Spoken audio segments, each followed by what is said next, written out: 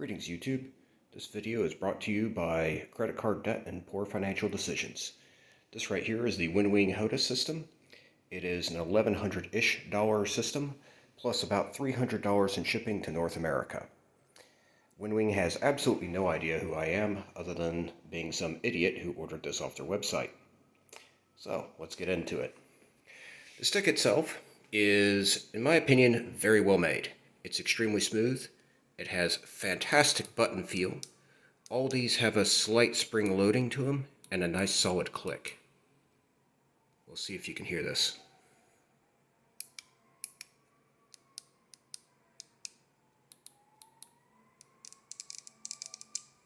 They're all really well done, with the cheapest of them being the little pinky switch down here, but even it's pretty good.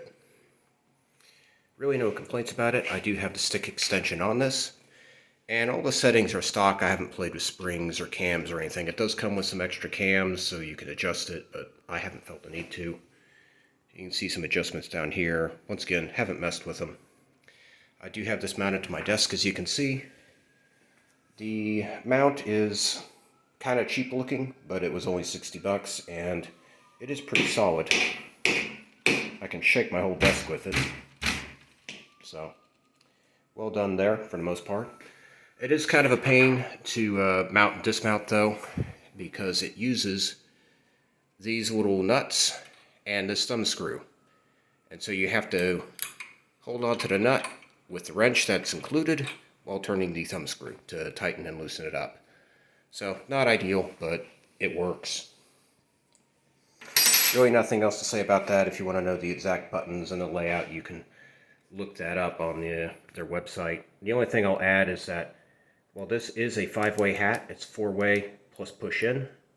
Doing to the left is actually kind of difficult just because of the position and the texture. The stick, incidentally, is all metal. In case you were wondering, the buttons are obviously plastic. Moving on to the throttle. Throttle itself is reasonably smooth, but not the smoothest. If you have an X55, X56, that is definitely smoother, but this is overall better built. Of course, loads of buttons, and just like on the throttle, they're all quite nice.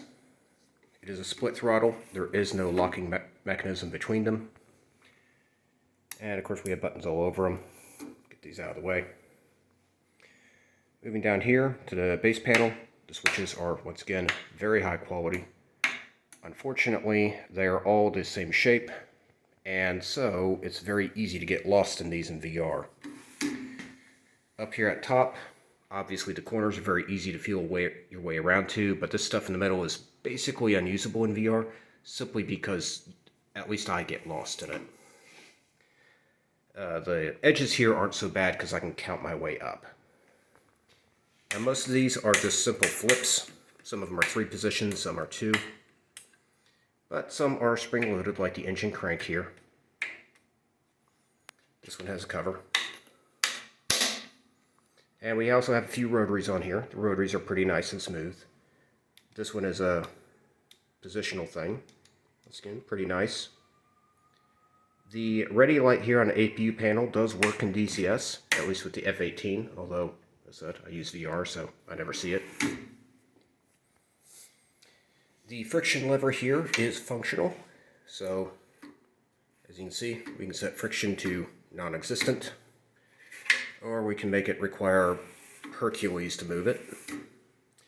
Now this is also an axis that can be used in-game, which I think is kind of a miss. I wish this were just an axis only, so I could use it as prop pitch in a prop plane, or, I don't know, nozzle control on the Harrier.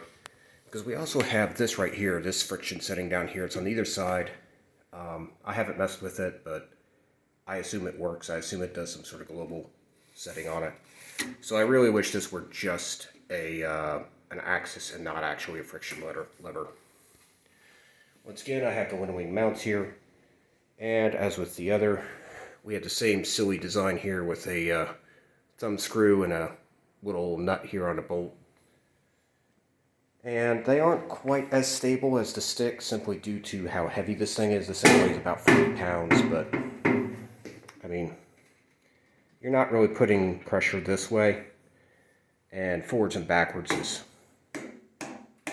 quite stable, so it's fine. I don't generally dismount this. I only ever move the stick because the stick does get in the way. But yeah, overall I'm pretty happy with it. The software works. It's nothing fancy, nothing really to talk about. And yeah, so would I recommend this? I'm gonna say it is probably the best HOTAS you can get your hands on right now.